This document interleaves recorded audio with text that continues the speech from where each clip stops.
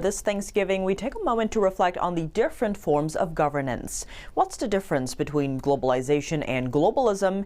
And how does communism rely on one crisis to reset another? How does a nation's prestige act as a deterrent? We sat down with Gregory Copley, president of the International Strategic Studies Association, to delve into these topics in his new book, The Noble State, Governance Options in an Ignoble Era. Gregory Copley, thank you so much for joining us. Great to have you back on the show. Wonderful to be with you again, Tiffany. I want to tap into the Chinese regime part because it's kind of interesting. You know, you have communism come in, Marxism, and it's a rejection of traditions. You saw that play out with the Cultural Revolution, right? All these different aspects, a very atheistic society, which in its own way you could argue is a religion. You have to believe in the party. But then you also hear people like Xi Jinping come up with phrases like, oh, mandate of heaven, which heralds back to a previous time and previous way of governance. So it sounds like, to your point, you still need that symbolism or something that people can look up to, even in a society like that says it has total control. But in addition to that, we are also seeing, if you will, this rise in globalism, especially from regimes like the Chinese Communist Party when it comes to talking at the UN, World Economic Forum, blah, blah, blah. It's kind of pushing its own form of governance on the global scale. So you have a globalism as a form of governance, if you will, but then there's also the trend of globalization, the intermingling of markets and stuff. And it seems almost there's a conflation of the two now, where a lot of other governments around the world are also pushing for globalism under the guise of globalization. Could you talk about that for us and, you know, how that fits in with what we're seeing play out in terms of the Chinese Communist Party? Yeah, well, globalism is an ideology, whereas globalization, as you say, is the interplay of markets around the world. There is a relationship, because what we've seen in the rise, if you like, of globalization, we saw literally harmony come to the world through international trade and the sharing of resources and the like. But the globalism concept is really the concept, if you like, of transnational governance. In other words, it's the abandonment of societies, it's the abandonment of identity and sovereignty, or supposedly.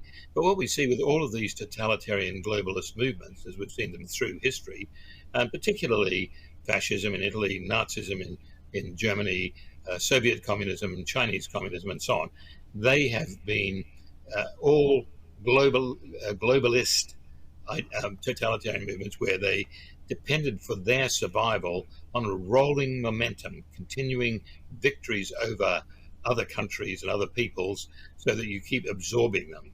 And one of the things about these totalitarian globalist movements is that as soon as they start to stumble and run out of steam, they collapse. We saw that with the Italians and the fascists and the German Nazis movements. They were both defeated militarily, so that's how they basically run out of steam. With the Soviet Union, it ran out of steam because of the ideology wasn't sustainable. So it literally went from one crisis and reset to another, as we've been seeing in China. And you see the death of Stalin. The only way to revive the society there was for Khrushchev to make his big 4-hour speech in February 1956, in which he blamed it all on Stalin. And really, you know, used that as the excuse to say, well, going forward, we're going to be much better. And of course, because they didn't have any new ideology or any new great insights to offer, the society ultimately collapsed in 1990. We're seeing the same thing now, today, in fact, in the People's Republic of China. Now, Xi Jinping came into office, if you like, blaming his predecessors and saying he was going to restore true Marxist-Leninist, Maoist philosophy.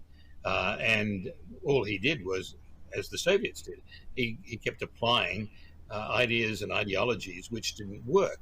And we've now reached the terminal stage, if you like, of Xi's society, where things just don't work. So if the Communist Party is going to survive Xi, first they have to discredit him, put him behind them, and then come up with a new approach to reviving the economy and the social cohesion and loyalty of the population. that's going to be almost impossible to do, as the Soviet Union found out. They're going to have to literally abandon communism. And the People's Republic of China are going to fragment as people scramble for survival. What is the Western countries going to do? What's the United States going to do?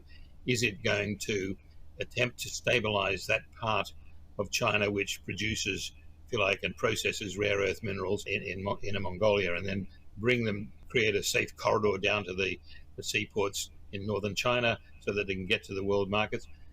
All of these questions come up, but it's all part of this greater picture of saying, well, okay, things are falling apart. What do we really want to see emerge out of this in 10 years' time, 20 years' time? Because we're going to see 10 or 20 years of chaos.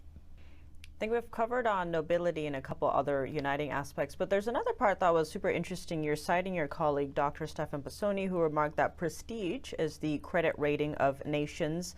I think that fits into a lot of different aspects, especially like the strength of a society and a community. But how does that fit in with something like deterrence on a more global scale?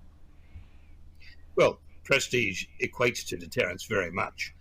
If you have prestige, you don't have to use your armed forces. Your armed forces have to look credible and have to be seen to be able to perform. And that's what the United States and Britain and so on did very, very well over the past few centuries. They had an ability to follow through on their threats and promises. They could, in fact, enforce.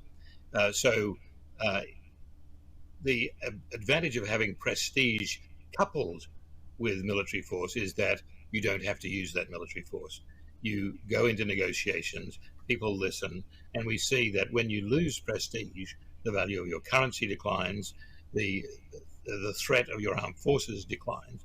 Look at the United States in the last 20 years or so, or 30 years.